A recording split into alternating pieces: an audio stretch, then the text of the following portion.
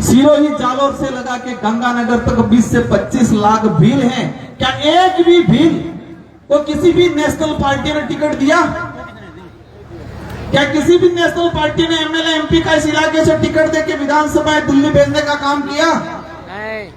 मैं आज खुले मन से कहना हो राजकुमार रोध को यहाँ राजनीतिक नहीं करनी है, हम सामाजिक क्रांति लाने के लिए लाए हैं।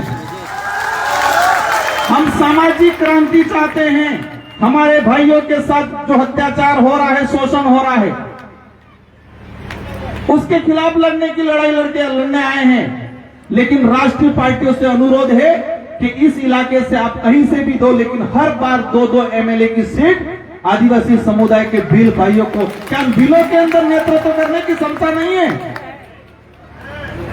इसलिए हम कई बार कहते हैं, जो राष्ट्रीय पार्टियां आदिवासी दलित को सिर्फ वोट बैंक समझती है, ऐसी राष्ट्रीय पार्टियों को जूत मारने की जरूरत है, भले कोई भी।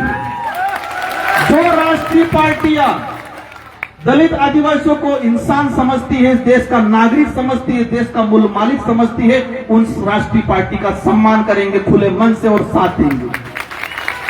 और जो धर्म भी आदिवासी दलित को अछूत समझता है, कहता है पैरों से पैदा हुए हैं, ऐसे धर्मों को भी लात मारने की जरूरत है। इस मानसिक गुलामी से निकलना है। सबसे बड़ी मानसिक गुलामी, शारीरिक गुलामी समझ में आती है, लेकिन मानसिक गुलामी समझ में नहीं आती है।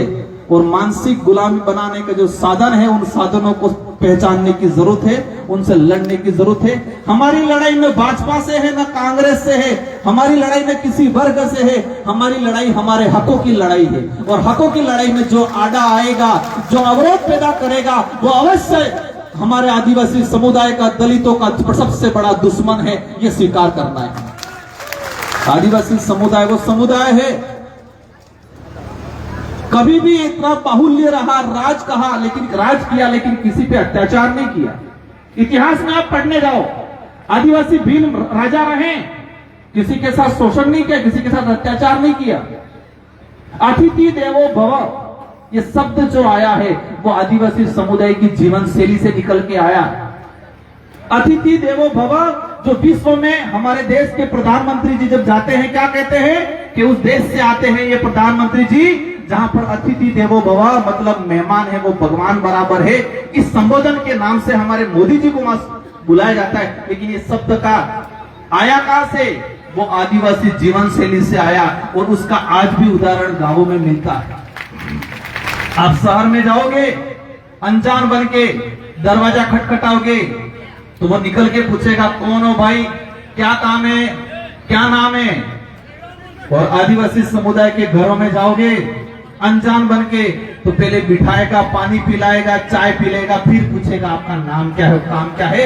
यह अतिथि देवो भव। उस समाज के साथ अत्याचार हुआ है, उस अत्याचार की लड़ाई लड़नी है। अब अंतिम बात बोलना चाहूंगा, हमारे पूर्वजों ने लड़ाई हथियारों से लड़ी थी। हमारे पूर्वजों ने लड़ाई हथियारों से लड़ी थी, फिर धीरे धीरे जबानों से लड़ने लगे। और आज जब हथियारों से लड़ रहे थे तो हम दक्ष थे, हमने मुकाबला किया, हराया। और आज हमारे पे अत्याचार कलम और कागज से हो रहा है। हमारे पे अत्याचार कलम और कागज से हो रहा है। हद से पहले हमारे पूर्वजों पे हथियारों से हमला होता था, अत्याचार हथियारों से किया जाता था, तलवारों से लड़ से अत्याचार होता था। उस समय हम सक्षम थे, हम मुकाबला कर लेते थे, बढ़ा देते थे, इनके खटिया खड़ी कर देते थे। लेकिन आज किससे हमला हो रहा है हम पे? कलम और कागज से।